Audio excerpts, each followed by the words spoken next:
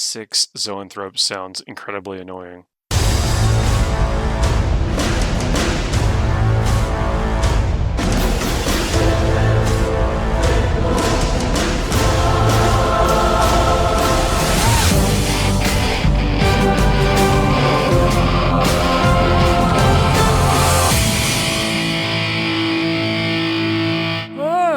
The webway has finally brought you here. Behold, Forge the Narrative. Hey everybody, welcome to Forge the Narrative. My name is Paul, your host. I'm joined by Adam Camilleri. Howdy. Red Powell. Hello. And joining us from all the way in, was it merry old England? John Higdon. Hi guys, nice to be here. Thanks for joining us. We are the Battle of Lost Souls podcast.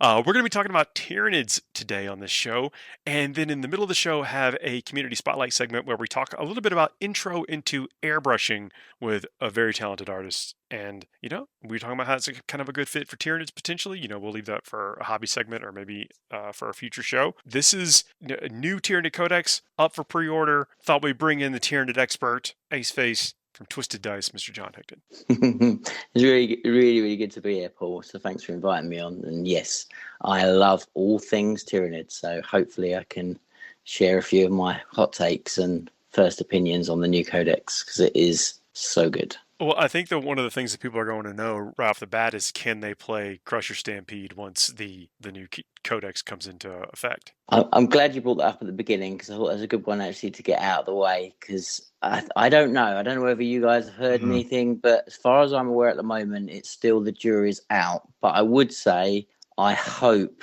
for the meta's sake that it's a big fat no and both that and Leviathan go away because if we think we've got a problem at the moment with things like Harlequins and Tau and Custodes, you haven't got anything like what it will be if Crusher's allowed with a new codex. There are some hideous combinations that absolutely are not welcome in the game. I will heartily echo that sentiment. I do think that it's funny that I believe the parameters that the NIDs are built upon are a bit of a silver bullet for the current meta, but the issue is they supersede. They all put themselves on top by silver bulleting. They by default put themselves above the current meta with all the trimmings when you have Crusher and Leviathan included. See, I'm weird, yeah. I'm not sure Crusher without Leviathan is going to be as crazy as it will be with just Leviathan on top of all this stuff. Because just the sheer weight of good stratagems you're going to have if you have Leviathan and this book together is kind of nuts. Yeah, it's ridiculous. I like it that there's going to be a whole new host of high fleets probably entering the ecosystem, which is probably exactly what the tendrils want. That's one of the reasons I want Leviathan to go just as much as Crusher. Some people are just saying they just want Crusher to not be valid, but I want Leviathan as well because if Leviathan exists, it's going to be the default choice, and it means all the extra good, crazy, juicy, amazing stuff for different high fleets in this might get overlooked a bit. I'm hearing crazy stuff about like obscure things like Jormungandr. It's got some really cool stuff. Hydra's got some really cool stuff for the first time ever. There's lots of options. We can start wherever y'all want, because I definitely want to talk about the new stuff and what people can start to get excited about, what they can start to acidically salivate for. Yeah, absolutely. Thanks, Red. The acid more. I'll let Aceface dictate a little bit, but as I think I've started to make a little bit of a segment out of, I pick one data sheet from the new book to point out the sheer glow up that has occurred from one data sheet to the next. For the Eldari Codex, I picked Banshees, Howling Banshees, and I've got a pick for this one that is, I believe, the one of the biggest glow ups we'll see in this book. But I'll leave it for later. All right. Where do you want to start? You want to start with like how to build an army? You want to start with, John? Tell us what are you most excited about? I mean, I think there's two things that really sort of stand out and give the kind of the codex, the new Tyranids, kind of a bit of their own flavour. The first thing is the way that you not only choose a high fleet, but then have the ability to kind of almost have an inbuilt custom high fleet at the same time. So they all have a secondary special rule, which is like their adaptive trait. and you get to at the beginning of the game, and it's one of them really, really cool factors where you can change it out after you know who's going first. So you can really kind of chop and change it depending on what sort of matchup you're against, and it gives you like loads and loads of flavour. So I think that's probably one of the first things to kind of look at, because The hyper-adaptation. absolutely, because we have now 3 different kind of trees to choose from. Now, each of the existing hive fleets give you the choice of 2 of them, so you don't have access to all 3 of them, but you get access to 2, and there's some really, really cool stuff in there. Let's pick one just as a for instance here, like Hydra, like we are just talking about. The adaptive is add 1 inch to the move characteristic of models with this adaptation, and each time a model with this adaptation makes a consolidation move, it can move up to an additional 3 inches to a maximum of 9. I bet everyone thought I was going to say to a maximum of 6, but to a maximum of 9. Or you can swap the Hive Fleet's adaptive rule for one of the feed biome. I'm gonna butcher this, biomorphologies or hunt biomorphologies on page 61. So you can change that for the 2 tree. One of the 2 trees you're talking about, and the one I didn't mention is the lurk. So you got hunt, lurk, or feed that you can switch out as a hyper adaptation. And there's so many cool little abilities. So just to kind of pick out, just a really, really cool one.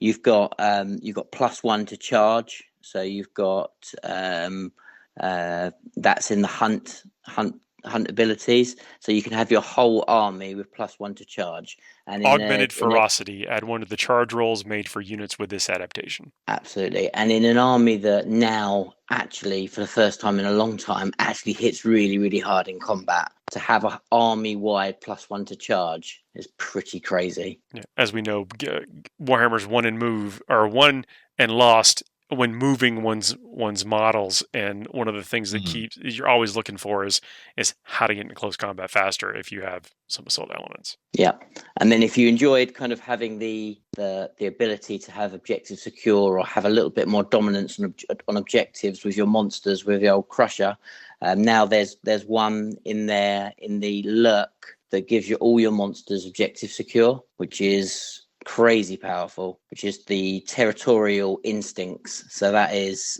monster models gain the objective secure, and if they've got more than 10 wounds, they count as 5 models, which is pretty insane. And that, I think that makes for some quite interesting builds. Yes. Also in the lurk here, unfeeling resilience, synaptic ganglia. I just wanted to say that. I really just wanted an excuse to say synaptic ganglia. You can reroll deny the witch test for units with this adaptation. Each time a psychic power is manifested, this is the second bullet point, each time a psychic power is manifested by a unit with this adaptation, increase the range of the psychic power by 3. If the psychic power specifies multiple ranges, add 3 to the first range specified in that psychic power only. So really, really cool flavor, because you don't need to think about these before you hit the table, which gives you the ability to be really, really flexible, which is something that we haven't had before and we haven't really seen. There's some sort of similar stuff in sort of Sisters and Necrons a bit, but it's a really cool dynamic, which I think which is a great addition. The other new thing that Tyranids have got that is very, very cool is they have a new, where we had the synaptic links before, there's a new version of that. There we go, synaptic imperatives.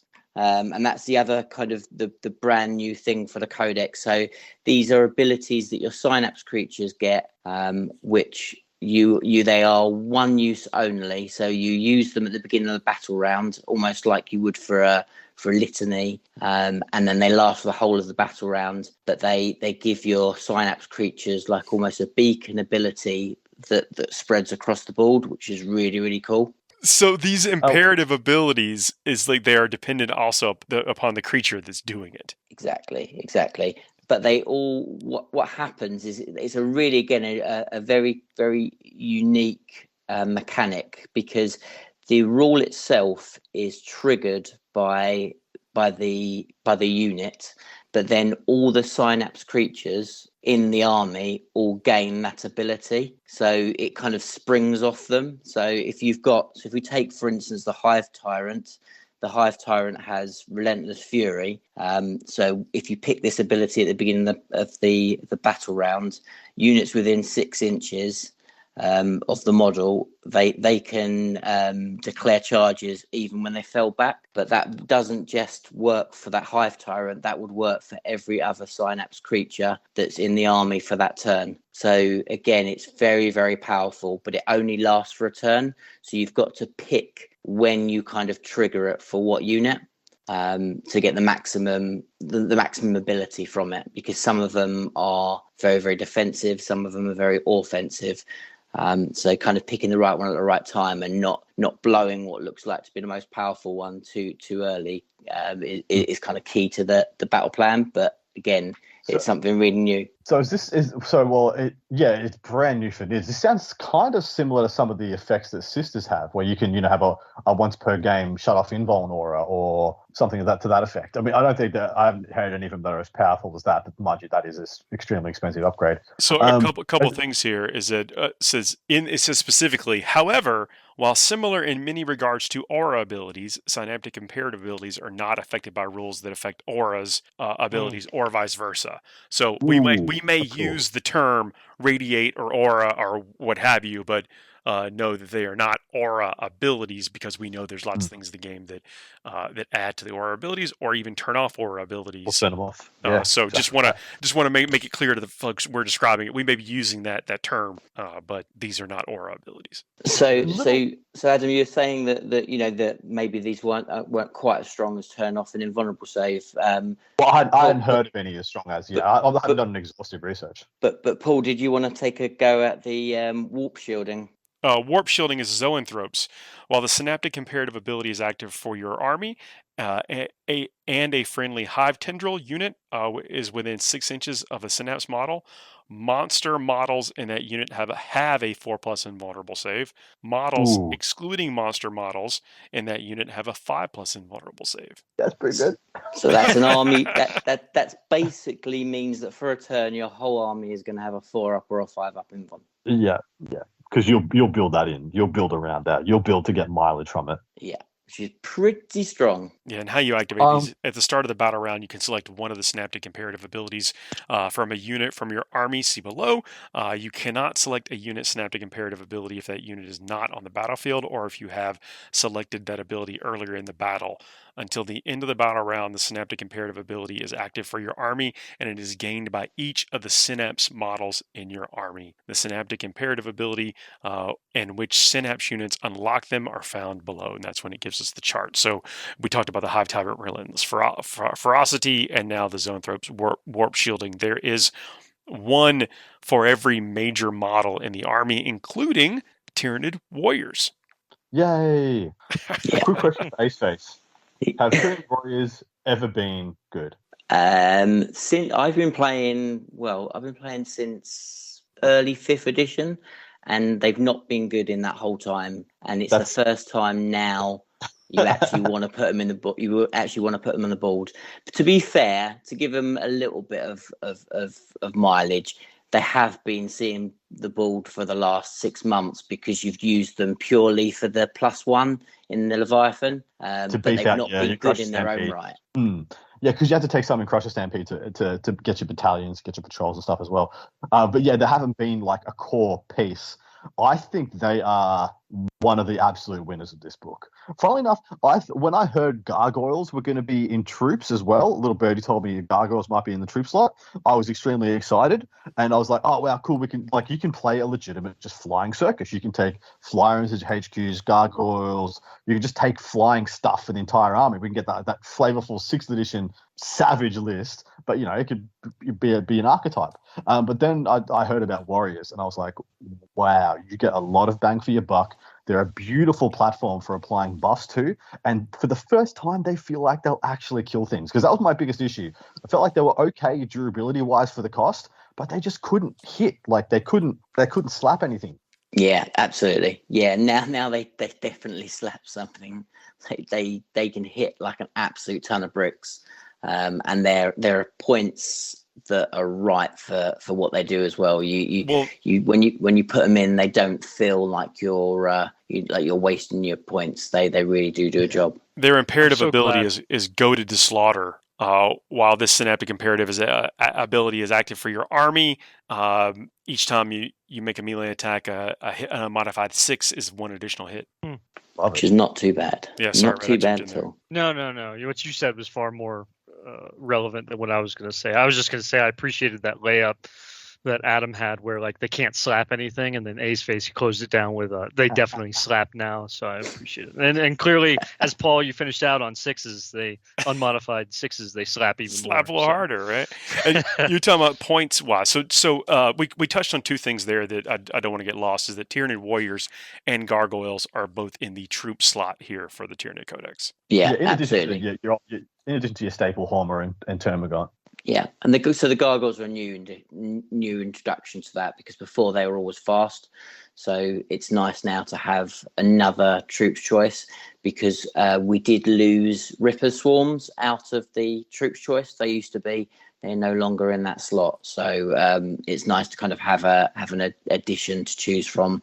And with the speed of gargoyles and having fly built in, and you can do quite a lot with them. So they're actually 8 points a quite model. useful. Yeah, very reasonable. I don't mind that at all. The Tyranid warriors are base 25. Of course, the Tyranid warriors are ones that you can customize a bit. Can you give us that Tyranid warrior stat line? Because it's not the one I want to talk about from my glow up, but it is significant, the changes. Yep. So Tyranid warriors, movement of 6, weapon skill, ballistic skill 3+, strength 5, toughness 5, 3 wounds, 3 attacks, lead 9 with a 4+ save. That T5 is huge. That's the kicker. That's what's going to put him over the top for that price point. So you consider a Blade Guard veteran, it's 35. 10 more points. Sure, you get the invuln, you get the 2-up save, but 1 less toughness, and I think is it 1 less attack? They got 3 base. No, they both got 3 base. I think. 3 attacks base. Yeah. Yeah. Bone sword costs no additional points as far as I was told, and you can make those guys hit at strength 7 -2 damage for 25 points with the same amount of attacks as a Blade Guard vet for 10 points cheaper, and I think it is brilliant. That is true about the bone sword, and I will say that this, I'm a big fan of Blightlord Terminators. This blows the Blightlord Terminator out of the water in every way. For the points, absolutely. Yeah, for the point, yeah. And the crazy thing with that sword is it doesn't really sort of stop there, because that's how it starts off. But then if you've got adrenal glands on them, that's another +1 strength. And if you happen to take them in Behemoth in the turn that they charge or are charged, that's another strength as well. So you could have these guys coming in with ridiculous strength on them. There's quite a lot of buffing that you can put on the warriors. That's what I think they are. They are your buff sponge unit now. You can take 1 fatty unit of warriors. I wouldn't I don't know how much mileage you're going to get from multiple 9-mans or 9 bugs. But a couple of 3s, couple of 5s, and 1 fatty 9 to just pump to the stars feels like pretty good to me. And like I said, they all just have a gun as well. They all can just have a heavy bolter or a death spitter or a the death spitter. It's the death spitter, and the big thing with the death spitter has got an additional -1 to its AP. So it used to always be -1. Now it's gone to -2, and that's quite nasty. That makes quite a bit of difference in the new world. So having a 3-shot strength 5 -2 gun at 24 inches, and on top of the fact that they went up in toughness, they also went up in ballistic skill, which is the same for most of the Tyranid units. We've always been, on the whole, unless it's a very, very dedicated elite shooting unit, majority of the bugs have tended to be ballistic skill 4, and more or less across the board, they've all got a buff up to ballistic skill 3. So, and that's huge, because those death spitters will find their mark a lot more, even without any buffs now. So, they've got a huge boost. No, I'm digging it. I like the Tyranid warriors. I like how you can add some shooting element to them. The Tyranid Prime, the Synaptic imperative for that, does the same thing as exploding 6s for shooting. Yeah. So I like how there's versatility in what you can get out of this unit, or even how you can kind of come about building the force as a whole. Yeah, definitely. We've talked a little bit about Synapse in this. I don't know if you want to maybe spend just a couple of moments talking about Synaptic Link and how those, like, what it actually matters for Tyranids. Yeah, so really cool. So people that got a little bit used to it from the old synaptic links in the Leviathan book will have a rough idea of how it works. So West, most people just have either an aura or a range that abilities and buffs work. So West previously with synapse creatures, they had quite a large range. So they were like an 18-inch or a 12-inch synapse range.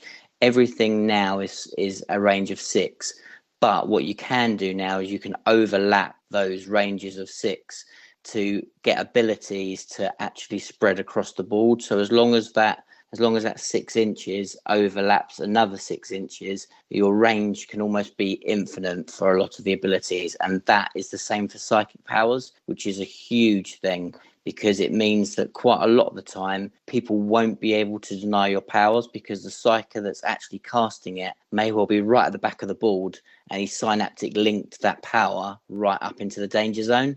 So Wow. some of the powers where you really needed to get them off before, now you can make them almost undeniable. So there's some really good kind of synergy and some clever ways that you can make this new ability really work for you. And I don't think there's anything else like it in the game, which is another nice little thing for Tyranids. About to say, this is your skill check ability. This is like, if you are able to plan this out, daisy chain your abilities to get like the maximum frontage on your models or your debuffs or your buffs, like you're just gonna get like a whole new level of power from this book. Yeah, it's so good. But you're absolutely right, because that isn't a huge. It's not a huge bubble unless you play it quite cleverly.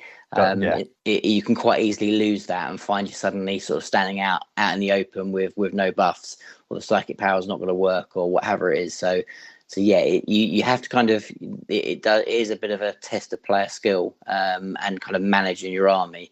But when it works, it's so powerful. No, hey, Adam, you want to reveal what you think your Okay. most improved So unit is? in many of these recent codexes, we have been finding that the previous worst thing in the book is now one of the best things in the book.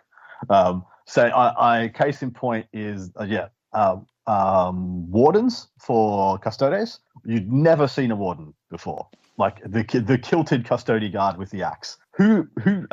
All the custody players have the models. Never saw them in any armies because they just didn't have any purpose. They weren't troops, and they were virtually the same as the troops, but didn't have OBSEC. So they did have OBSEC, but they didn't fill your minimum battalion requirements to get your better slots, as in your Virtus Predators, your Caladius tanks, your Telemons, your Aquilin and Galatis Dreads or whatever from Forge World or Venatari. And so you just never saw them. And so, but now, G-Dub went in there and like, oh, well, what was horrible and nobody took, let's make it good. In this one, there's one unit that was too good that they've nerfed, and we all knew this was going to come because Hiveguard were far too powerful. And now Hiveguard are good without being insane, and not sure they're going to have a place, but we'll see. The Malaceptor needs to be unpacked.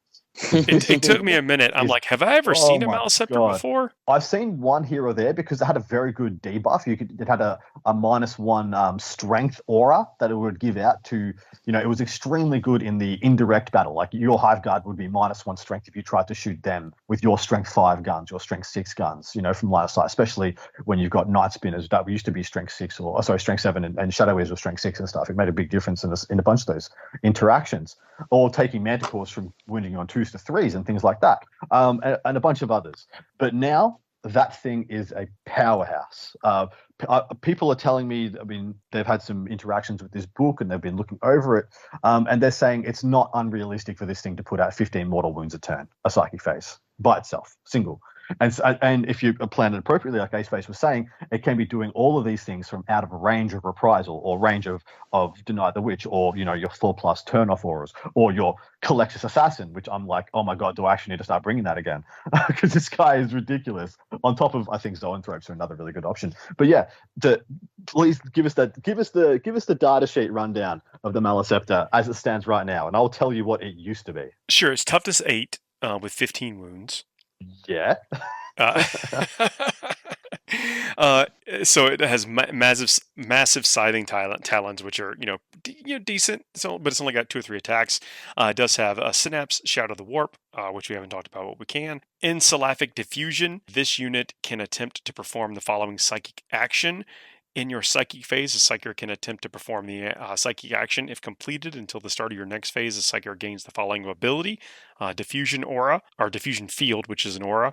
While friendly high fleet units are within 6 inches of the psyker, each time a ranged attack is made against that unit, subtract 1 from the strength characteristic of the attack, just like we were talking about. Yep. Death Throws, when the model is destroyed, on a 6+, it explodes. D3 Mortals has a 4+ invulnerable with a psychic barrier, and then psychic overload. Each time this model successfully manifests a psychic power or completes a psychic action, if the result of the psychic test was 7 or more, after resolving the psychic power, the closest enemy unit within 12 inches suffers the number of mortal wounds shown in the table below. And it's based on the wounds remaining of the Malaceptor. So 8+ wounds, the target unit suffers 3 mortal wounds. I'm sure Aceface will back this up. There are ways and means to make that guy cast 3 spells a turn, as in pulse out 3 times, possibly with that. And at the top bracket, it's 3 mortal wounds per instance. And so there's 9 mortal wounds just to the closest target. And then you're also possibly smiting, screaming, a bunch of other psychic powers. This thing is going to be a thing to be feared. But just to point out, how many points is it in the back of that book, mate? I'm going right now. I believe it's 170, if I'm not mistaken. Yes. It's 170 right now in the current rules, as in prior to this codex. Yeah. And for the same points, you get an extra toughness, you get 3 extra wounds, and you go from being pretty much a psychic joke with a bit of jank, to possibly the best psychic unit in the game. That's a lot of mortal wounds. I like it that it just kind of incidentally does them. But it's only 12 inches. You got to be close. Yeah, but it doesn't. It's not slow. And the other thing that doesn't obviously say on the data slate is its synaptic imperative is incredible as well. So its synaptic imperative means that the unit within range, obviously including itself, can perform an action even if it's shot or fell back. And then on top of that, if the unit is a psyker, performed a psychic action, then it can also do a psychic power as well. And this goes on to what Adam was saying. So, so if it does its ability, so it does its right, I'm going to make everything -1 strength, which is its psychic action. If it's also used its psychic imperative, then it can do that action. That means then you're the closest enemy unit is taking 3 mortal wounds, and then it can do a psychic power, or 2 psychic powers, in fact. And then that's another 6 mortal wounds. So these are the ones you probably want to be aware of, because it's probably up there in the top 3 units in the book, and it is incredibly destructive. I like how it can dig itself out of close combat. That's another thing as well. You can't just go and tag it. Like, what are you tagging it with? That's going to be able to cop 15 mortal wounds and not care, Well, and also, it's only got 3 attacks, but it could be dishing out 2d3 damage at -4 save. It's true. I mean, then you run a character in there, and you swing and you miss because it's toughness 8 with a 4+ invul, and just 1 attack gets through out of its 3, and you can just squish a captain. Yeah, it's pretty crazy. I think Zoanthropes, I think you pointed them out, and I definitely think that they need to be highlighted, because this army, I would say, as much as I think one of the biggest highlights of it is, and one of the reasons I love it the most, is because you can play it in any style you want. It shoots really well, it fights really well, it does really good psychic powers.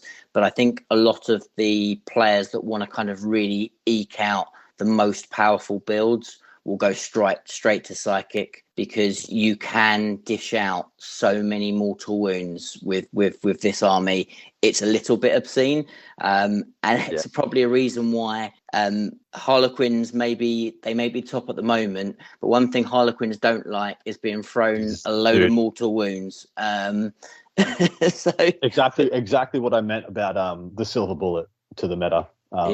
Because they'll just go straight through them. Yeah. So the Zoanthropes now they've got an ability where you get to add 1 to their cast for each model in the unit. Wait a second, John. Let's not give it all away. We're going to take a quick break.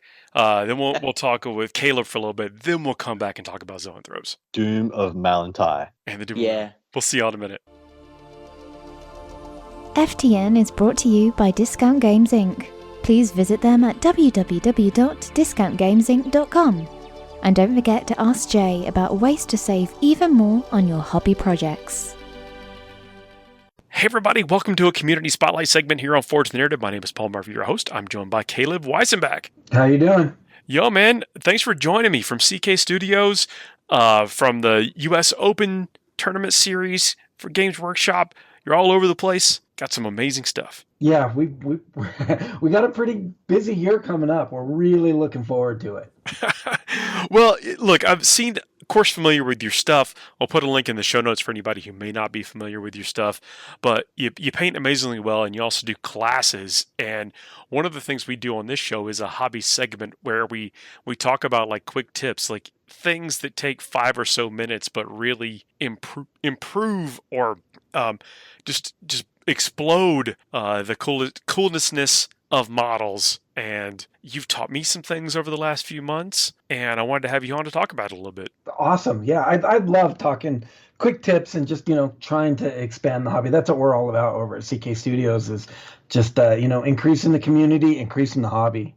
Well, I think folks may know you doing a lot of airbrush work. Yeah, I think that's kind of what we're primarily known as, is airbrush artists. That's definitely what we push in our classes and stuff like that. Well, it's just a technique, right? I mean, it's just something to use in your in your quiver, as it were. Yeah, absolutely. It's another tool, and that's what we teach. That's what we push. Is using the airbrushes, just another tool, another technique, another way to get things accomplished. The benefit, I guess, or the magic of the airbrush, if you call it, is just speed, right? It's getting stuff done quicker. I mean, creating quicker blends, or smoothing out sections, or getting a base coat down, creating quick shadows, kind of cleaning up little messes, things like that. So yeah, the airbrush, we pretty much just preach. It's all about speeding up your painting process. I know airbrush is kind of like a barrier to entry for a lot of folks, and I don't blame them either. It's like, well, I got these brushes, they're easy, they're at my hobby store, and I don't necessarily want to get invested in an airbrush holder, an air compressor, special paints, or whatever. Like, how do you ease people into it?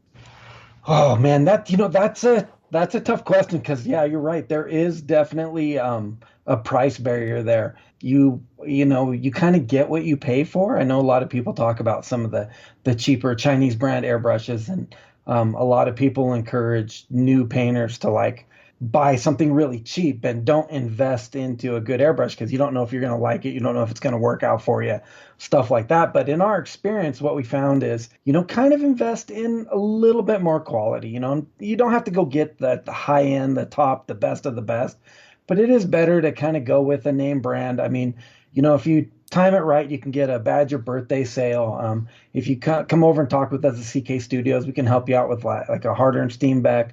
If you got that price voucher that you can get at some of the stores, like a Michael's or a Blick or something like that, they have those discount coupons that you can go pick up an Iwata, or get a Pache or something like that.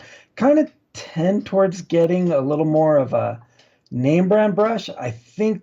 I mean, in my experience, I shouldn't say I think, but in my experience, they tend to have a little bit better of a first impression of airbrushing, and it tends to go a little better. I'm not saying that it'll be perfect, man, the airbrush is really about finding that balance between prep and air pressure and airbrush and stuff like that. But yeah, there is definitely a cost barrier there, but the speed, the time saving that you get when you start to introduce the airbrush into your painting will really make up for that. And I mean, this hobby in general is not necessarily a cheap hobby to get into. Oh, that's true. But what I try to at least counsel and guide folks is to be prepared. What you're getting into. Like, heck, even sometimes there's certain models you can get that have a little bit of complexity to them, and if you just go into it with an open mind and knowing that complexity is there, then you kind of know what you're in for. Yeah, and it's definitely about,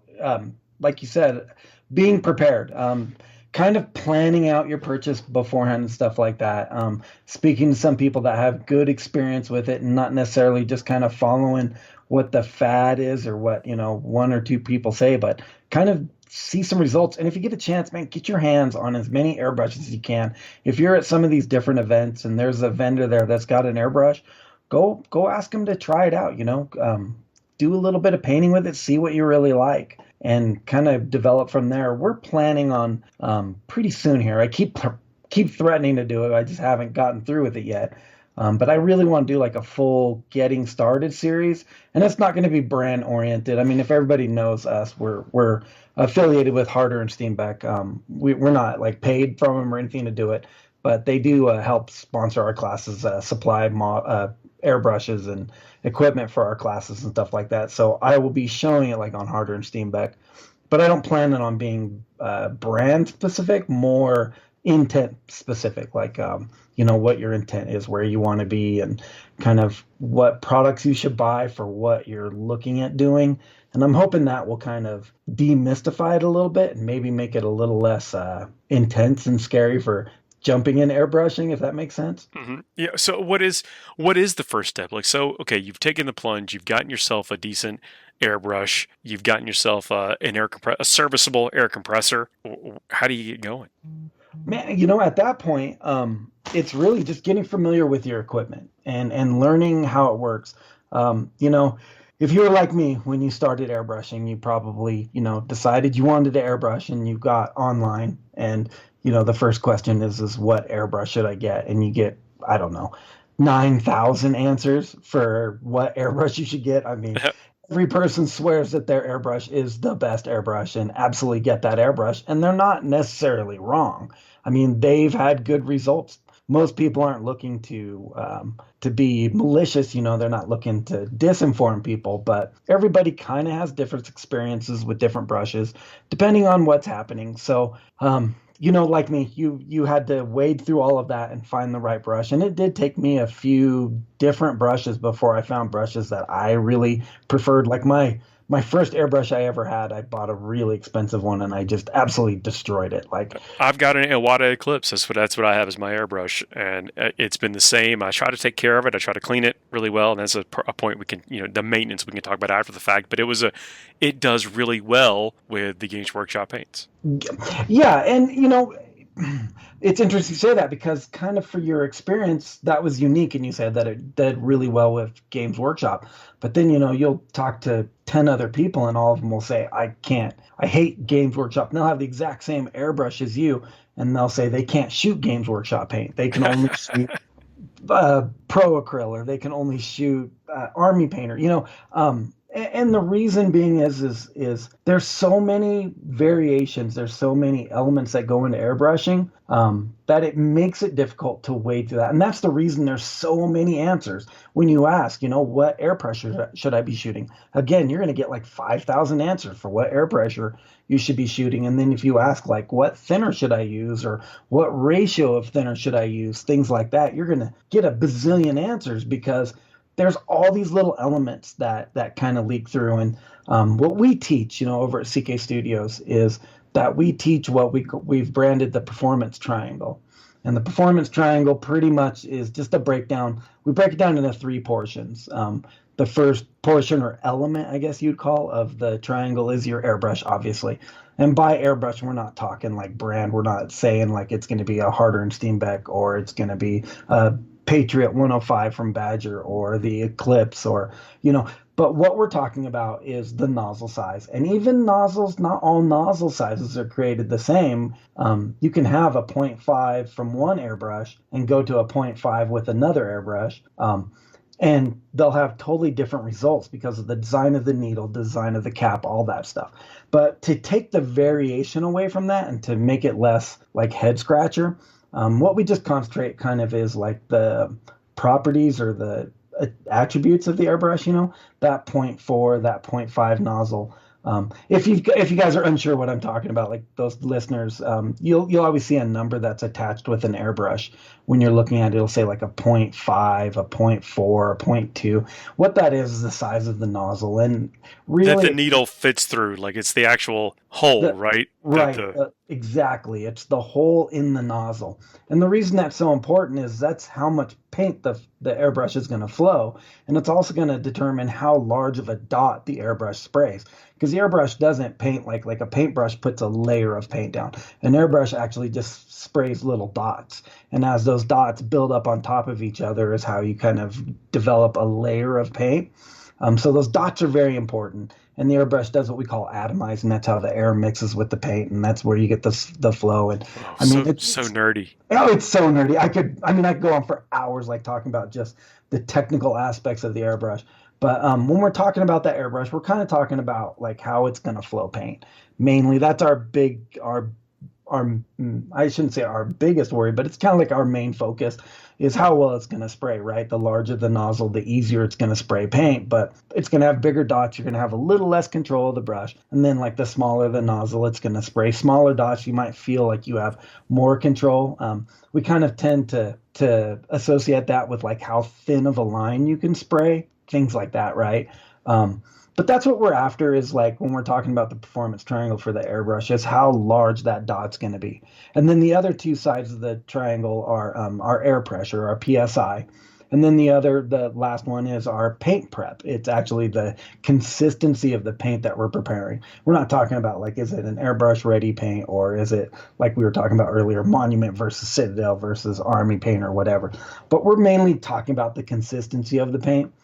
And where we find a lot of beginners go wrong with airbrushing is they just want to focus on one portion of it. Their paint's not spraying right, so they're going to just focus on just their air pressure. And I've seen so many people say that, oh, I've got spidering with my brush. Oh, your air pressure is way too high. You got to lower your air pressure. You got to do that, And what we found by teaching the performance triangle is that to keep a triangle balanced, if you move one side of a triangle, you have to adjust the other sides to keep that balance. So when we're talking about, some of the little issues, we don't necessarily just focus on just the air pressure or just my paint prep, but we're going to look at that overall performance on how all three of those interact with each other. And then once you get the understanding of that and kind of how they all work together, you'll be able to jump from almost any airbrush to almost any paint, really, and you don't worry about recipes and you don't worry about PSI, things like that. You kind of get a feel for it and you kind of listen to your airbrush, and your airbrush will let you know, like, kind of where it's at. I know that sounds very complex for people, but it's actually very simple. Just got to talk sweet to your airbrush and everything will be fine. Exactly. So, it's just learning that relationship of all three of them together and learning that there is no set air pressure. There is no set ratio for thinning paints. You're going to create those variations. You're going to use those variations in your favor. That's mainly what we teach, like in our big airbrush classes and stuff like that. That's the big focus. But the videos that I want to put out, I plan to kind of talk about that a bit more too. And they're going to be free. They're not going to be behind a paywall or any of that stuff. They'll just be open. And we just want to get that information out there to share it. And then, of course, if you end up being at like one of the U.S. Opens and stuff, like we're doing with Games Workshop, you'll be able to get your hands on an airbrush there, and we play a bit in those classes and seminars and stuff too. That's awesome. You're going to be in Seattle? Yes. Yeah. We're doing all the events with you. That's going to be fun. Yeah, we're really looking forward to it. Well, listen, that's actually a great segue. If people have not already gotten their tickets yet, they can go and they'll see these things. Not only will they get to hang out maybe with you and I, but they might learn something about painting. Yeah, that's the goal. I mean, come hang out, see some games, maybe play in some games, and when you got free time or downtime, come over and bug us. Come over and do some airbrushing or hang out, whatever. Well, look, this really is kind of a mystical thing for a lot of, and I don't blame them, again, because there's these different barriers. It's a different thing. It's a different skill set. But what I've gotten to learn from you is that there are ways to make it accessible and to make it a little bit easier if that's something that people are curious about. Yeah, absolutely. I mean, like we said, it's just another tool. When you first started miniature painting, probably just using the miniature paints were intimidating, and learning, when you first start painting, people tell you got to thin your paints, and how to learn how to layer, and then how to learn how to blend, and all those different things. The airbrush is the same way. I base coat. That's what I can get, and sometimes I can get a highlight. I'm completely like ham-fisted with it. Well, we just got to get you in a CK class, and we'll get you. Give me a couple hours, and I'll get you creating masterpieces with that thing. Now, I will say that one of the things we talked about before is you've actually had people paint like an orc's face, just the face, in an entry-level class. Yeah. In one of the courses that we teach, one of the weekend courses, we call it our 102, but it's kind of based like I don't know, I don't want to ramble too long, but our 101 course is just meant to get students comfortable and confident with the airbrush. That's the whole goal of it. Our 102 class is more on learning kind of the limits, or learning that there really isn't limits for the airbrush. And if your listeners are familiar with it, there's a company that makes models called Black Sun, and it's called an Orc Rager. It's a 75 millimeter orc, and his mouth's all open. He's got these big fangs and tusks and all this stuff. And the head's probably about the size of a dime. And we tell the students at the beginning of the class that they're going to paint the face, the mouth, the tongue, the teeth, the gums, the gum line. You're gonna define the gum line. You're gonna paint the teeth. You're gonna paint the plaque on the teeth on this head that's the size of a dime with the airbrush. And everybody's really intimidated with it. But by the end of the weekend, when we finally move on to painting that face, they've developed so many skills through the weekend that by the time they get to that head, they're pretty confident in doing it. And some students will, after they finish the face, they decide they're going to try to paint the eyes with the airbrush. So that's always fun. But it shows the accomplishment that you can do, and just kind of developing the techniques of the airbrush. That's all it really is developing that hand-eye coordination. Well, dude, it's been cool getting to know some of this stuff, seeing how your process is, seeing you actually do the work, like seeing you put this into motion and make it happen. People can also see that same way we have. Come to check us out at these events, man. Caleb, it's been awesome speaking with you. I look forward to hanging out with you in about a month or so. Oh, absolutely. We'll see you here in, I guess just a couple of weeks, actually. Yeah, just around the corner. I might have just dated your podcast. Oh, no. This is going to come out next. Well, they'll know this about 3 weeks in advance. So if they're on the fence about coming or need a little bit extra encouragement to come join us, hopefully this was it. Yeah, definitely, man. If you have a chance to come to these events, come take a look at them. GW's just they're I don't know, they're pulling out all the stops on these. They're excellent events. We'll see you. All right, we'll see you soon. You're listening to Forge the Narrative.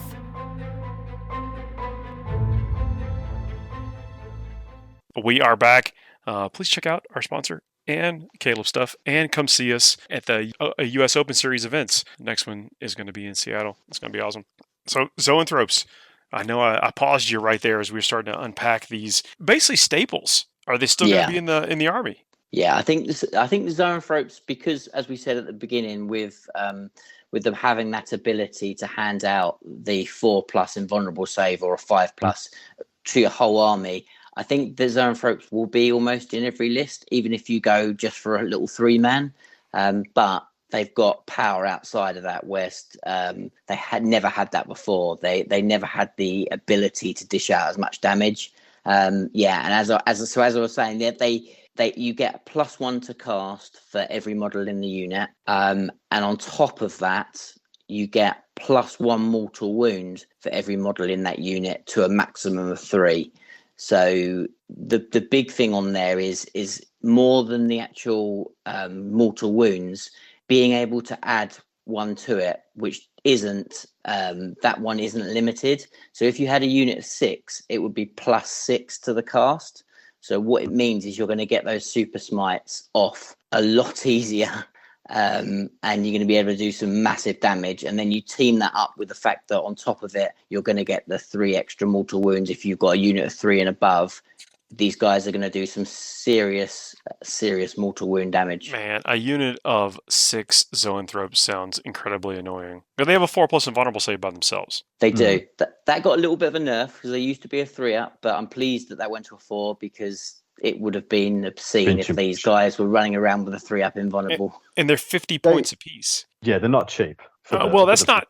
I actually do think that's a pretty good value for a toughness 5 4-wound model with a 4+ invulnerable save that is a psyker that adds +1 to every other Zoanthrope around it and can smite and does 3 extra mortal wounds. Look, it is and it isn't. Okay. So Talk me down. Talk me off the ledge. So they lost the 3+ invul, but they got toughness 5, which I think is totally fine.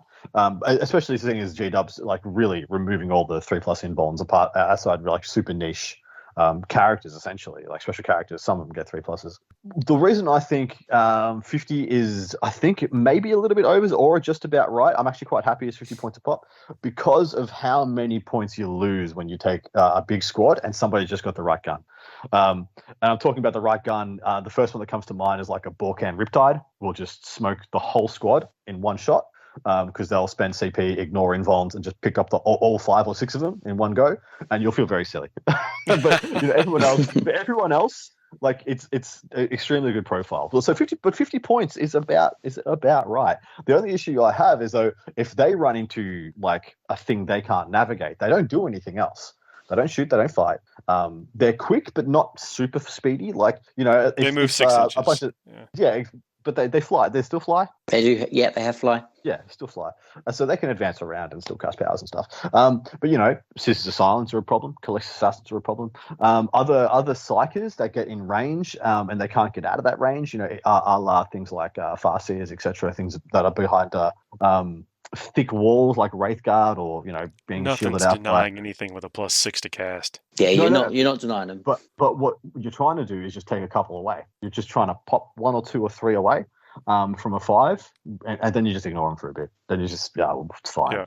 Trying important to to kill mention a whole unit in one go, you need something like a Borkan Riptide or a Storm Surge or something that just ignores invulns to even consider you're going to slap them down in one go. You're exactly right on that. It will feel pretty silly if you just get that 300 points just put back in the box, or whatever. Yes. On turn 1. But so that each time the unit manifests the smite psychic power, that's when you add to the mortal wounds. Yeah. It's any psychic. It's and then each time when the unit attempts to manifest smite or a witchfire, that's when you add +1 for the psychic test. So it is specific to a couple different categories for those buffs, but the additional mortal wounds is specifically for smite. The plus to cast is smite or a witchfire in case it comes up. Well, everybody crack open your books, find out which one of your sub-faction has a 5-up against mortal wounds, and see if you like it. See if you like the color scheme. Might be necessary. We'll see. Yeah. There's going to be a lot more wounds coming your way, 100%. And the Neurothrope has ways to support them as well. So you've got ways to buff them from the Neurothrope, as you always have done. So you can really have with a Neurothrope, a unit of Zoanthropes, and the Malaceptor, or 2 if you're feeling particularly unpleasant. You've got a ball of psychic nastiness coming at your opponent. And definitely something that the meta needs to be pretty aware of, because it's I think it's coming your way, coming to a table near you. We were talking about like what ways to dig out through Harlequins or whatever. What are they not good at mitigating? Mortal wounds was high on that list. yeah, definitely. Did you want to talk about any of the other units, or do we want to touch on? I mean, there's definitely one stratagem that I think is, I think it's probably one of the best stratagems in the game at the moment. So I definitely wanted to. In our break, you were talking about the Death Leaper being in every single one of your list. So he's got so many rules. So you might want to go over them, Paul. All right, it's elite choice. Weapon skill 2+, movement 10, strength 7, toughness 5, 7 wounds, 7 attacks. Has superior chameleon skin. Each time an attack is made against this model, subtract 1 for the attack's hit roll. While the model is receiving the benefits of cover, it cannot be selected as the target of a ranged attack if the attack is more than 12 inches away, and he has a 4+ invulnerable save. That's just in the one bracket there. That's the chameleon skin. That's just getting started. Yeah. Next one is it's out there. It's an aura. While an enemy unit is within 6 inches of this model, the enemy unit cannot start to perform an action. Not bad. That's pretty good. On an infiltrating unit, it's awesome. It's got a bunch more rules. So, inhuman swiftness at the start of the fight phase. If this model is within engagement range of an enemy unit, it can fight first that phase. I don't mind that. Fear the unseen. Here's another rule. This is the best one. While an enemy unit is within engagement range of the model, the unit cannot be selected for stratagems used by your opponent, and that unit cannot be affected by stratagems used by your opponent when that unit is selected to shoot or fight. Oh yeah, there it is. That's the charity. That's the backbreaker. It's got one more rule. The hidden hunter. Knives, isn't it? Yeah, during the setup, the model can be in hiding instead of the battlefield. You can, if you do so, then the reinforcement step of one of your movement phases, you can set this model up wholly within 6 inches of any battlefield edge or any terrain feature, and more than 9 inches away from enemy models, or more than 6 inches away from enemy models if this model is set up wholly within your deployment zone. And until the end of your turn, you can re-roll charge rolls made for that model. Pretty good. I was playing with this guy a couple of days ago, and he got charged by the solitaire. Now, to be fair, I still got a little bit lucky, but the solitaire, my friend, he dashed him in, and they said, "Oh, so what's this guy's defensive profile?" And so I'm going through the rules just as you just did, and he's still smiling, he's smiling, and then he gets to the bit where no stratagems, and just watch his face drop as he can't do mortal wounds, and he can't ignore the invulnerable save. And then he fluffed a couple, and the Death Leaper was left on 1 wound, and then hit him back, got him back to 1 wound. But then after that, of course, then you hit him with fights first next turn, and goodbye solitaire. So yeah, the Death Leaper means business, and he's going to be a real nuisance to navigate. 95 points. 95 points. And on top of all that, if you give him the Warlord trait, he's also got objective secure and counts as 5 models. Just cause, Just because it wasn't enough. That was a Danos direct data sheet. I'm going to put that. That's the Danos direct data sheet, because it's just. But wait, there's more. If you buy now, you too can have objectives secured, and you say it can as 5 models. This guy does something that pretty much nothing else does, which is the no stratagems thing. If you think about the context there, that's a pseudo fights last, because you can't interrupt. Nope. You can't spend the 2 CP interrupt. Oh, right. It's a pseudo fights last. It's no transhuman. Is it within engagement range? Yes. Or is it during the fight is, phase? yeah, within engagement range. So that's no desperate breakout. So if you try point somebody, they're just try pointed. They can't get out. As long as he's part of that try point. There's so much to extrapolate from that rule. It makes your head spin. Yeah. And he's fast. He's so fast. That's the thing. He's infantry. He's not going to get targeted as well, which is the great thing. So if he sits on an objective and you've got out of line of sight shooting, it can't shoot at him. You say he's not going to be targeted. It's a character. Yeah, but even if he's just sitting there on his own, you would normally be able to target him if he didn't have units in front of him, models in front of him, if he was just standing out in the open on an objective in a ruin. But yeah, you can't do that. He can't be targeted because of superior chameleon skin. Yeah, cannot be selected if he's more than 12 inches away. What I also just love about him is if you're playing against an army like Custodians, that can just sweep in and pick him up in combat. You put him in the back of the board, in some matchups, and people can't deep strike and do retrieve Nachman data, because you can't do actions within 12 inches. And then you put him, to block out your backfield, and he just holds it down and can't be targeted. 6 inches for the can't perform actions. Oh, good, thank God. I was about to say if it's 12 or 9, this is just crazy. So yeah. Hey, he does a lot. I just want to keep it, slightly reined in. He's good enough. Yeah, he's good enough. Good. You were wanting to mention a stratagem too. I know we're kind of jumping around, but this is a pretty exciting book. I think that the fact that John, that you're as excited as you are is telling for all High Fleet tendrils out there. Absolutely, it's got so much depth. That's the thing. I mean, the reality is, the podcast would be about 4 hours if we went through all the good stuff in there, because it's one of the best books I think that I've seen in 9th edition. Now, obviously, I'm massively biased because I love Tyranids, but it's got so much depth in it, which is just a great thing. But I think one of the and this is again, it's a stratagem that's there's a lot of abilities that do similar in other armies, but it has a very unique way of interacting with a lot of the Tyranid units. And the stratagem's called Encircle the Prey. Don't know whether you've got that there, Paul. I will find it. It's only 1 CP as well, so it's super cheap and extremely versatile.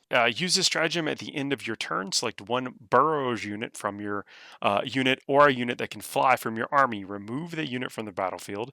In the reinforcement step of your next movement phase, you can select that, set that unit back up anywhere on the battlefield, anywhere that is more than 9 inches away from any enemy models.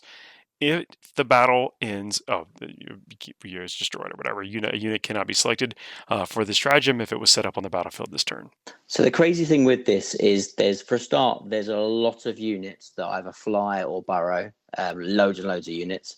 But when we're talking about things like actions, you want to do stranglehold, because this happens at the end. You can choose when you're going to do this action. So if you've got something like a unit of gargoyles that has advanced onto an objective to make sure that it's claimed it for stranglehold or whatever it might be, but then it's going to get shot to pieces next turn. 1 CP, that unit's safe as houses. What we're talking about with the Zoanthropes, actually, if they've got themselves in a spot of bother after they've gone and really ripped somebody apart with mortal wounds, they've got fly, spend 1 CP. Those Zoanthropes are safe as anything. Next turn, they're coming down and doing it again. Take out that riptide. Take out that riptide. Yep, man. Yep. It's so good, and things like hive tyrants. There's so many uses for it that are really, really powerful. It's just one of those ones where it doesn't scream when you first read it, but when you look at the data slates and you look at the units that can make use of this, and you look at the punch that can be delivered and realize how tanky Tyranids are now. It's just like, it's like the best invulnerable save you could ever have. It's just not being there. Not being there. It seems to be a mechanic that's getting a bit of a sprinkle into a couple of the recent books. Baharoth does something quite similar, except he comes down in the same turn because he's ridiculous. Are we talking bad about Baharoth? I wouldn't dare. The dude's incredible. Because he'll get you. That's why you won't. Death Leaper has competition because Baharoth is competing for the best single model in the game right now. G-Steel Cold have something similar as well. They have Return to the Shadows. Yeah, absolutely. Yeah, but I think the advantage of it is because it's just like there's so many kind of powerful units, and because it doesn't, there's no stipulation of they can be in combat, it can do whatever. There's it's a really flexible use of it. And usually these things are you don't really have the unit choices in Genestealer Cults. You hit core here or your 3 selections of good melee unit that you might use it on, be it Metamorphs, Acolytes, Genestealers, or Aberrants now, I'll add. There's not that much versatility, but whereas you're just picking stuff that can burrow or fly, that's like 2/3 data sheets in the book. And most of the best ones. Exactly. There are a bunch of stratagems.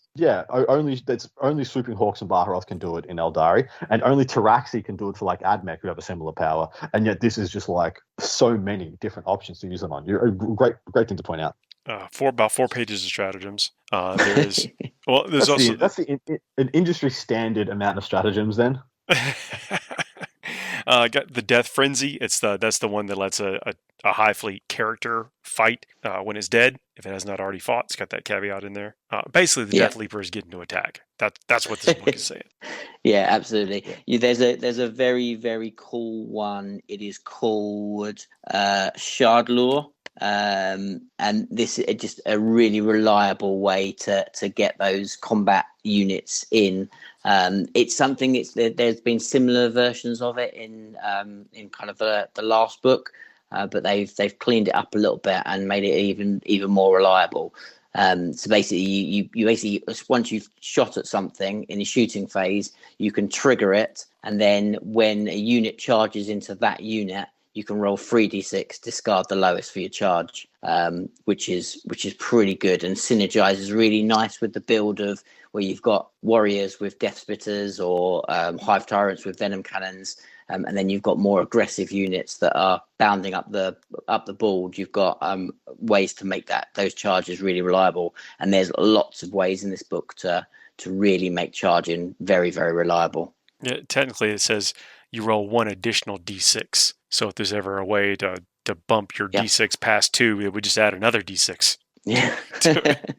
Yeah, absolutely. But it's really, really cool. Really cool. For 1 CP. And again, I know we're bouncing all over the place, but we briefly touched about at the beginning, but I think it's probably worth talking just a little bit about a couple of the actual hive fleets, just their standard ability, because that's another thing that there's a lot of power in. And I know we talked about Leviathan at the beginning, but definitely the standout hive fleet again is Leviathan. We've got a really cool ability. So there's adaptive, rules for the hive fleet specific, and then there's a specific relic and a specific stratagem, and sometimes psychic power. So yeah, or maybe all the time psychic power for all these. Yeah, they've all got psychic power. Always got psychic power. But yeah, but the Leviathan one, I'm sure you'll put it better, Paul. But basically, it's transhuman for all your synapse creatures. It's full synapse. It's full transhuman. And then for any bugs that aren't synapse, you get mini transhuman, so you get can't be wounded on a 1 or a 2, which is, again, when we're talking about warriors, which is the standout unit that really utilizes this, with all the other, the new survivability of a warrior on toughness 5. That's good in itself. There's a stratagem again to make them -1 damage, and then when you slap Leviathan on them to make them transhuman, suddenly you've got a unit that's pretty tough. Again, that's the same with the Zoanthropes. The Zoanthropes, yes, we're going, they're toughness 5. That Riptide's going to look at them, they're going to go away. Well, actually, now they're Leviathan, and suddenly they're transhuman. That Riptide's only wounding them on 4s. Maybe those Zoanthropes don't go away so quickly. So it's definitely the one that I think is creating the most buzz. There's some really good ones in there, but it definitely is worth noting. Keep taking the wind out of Adam's Riptide idea. Sorry, Adam. Oh no, it's not an incredible. So it's a fringe thing that we might start to see because of units like Malaceptors, units like Zoanthropes. That just really 9 invulnerable saves is huge for sure. And yeah, Leviathan, it does basically exactly like you described. The synapse, anything synapse ignores or I can't wound them on a modified 1 to 3, which is pretty insane for an army wide rule. And it's not. So I've been looking at building armies that are basically all synapse, because it's quite easy to do that. So you can have an entire army of pure transhuman, and if that isn't scary, I don't know what is, because that's pretty solid. And one of the other things that Leviathan has access to, those high fleet imperatives that we talked about, where you had the 4+ invulnerable save, whatever it might be you decide to go for. There's a psychic power for Leviathan that allows you to use 1 a second time. So we've seen this a lot in kind of other armies, where you take one of their abilities that maybe is used from a previous turn, use a stratagem or a power to kind of turn the clock back, or give strong an ability that's used. When you could do that with the Marine Doctrines. Exactly. So you now have a way of doing pretty much the same for 1 unit for Tyranids. So you can basically pick 1 unit, and then that unit is going to get to use its psychic or its imperative again. So, or if it hasn't used it, so it's really strong ability. The stratagem for Leviathan is combined assault. Uses a stratagem in the 5 phase. Select 1 enemy unit within engagement range of 2 or more Leviathan units from your army until the end of the phase. Each time a Leviathan model makes a melee attack against the enemy unit,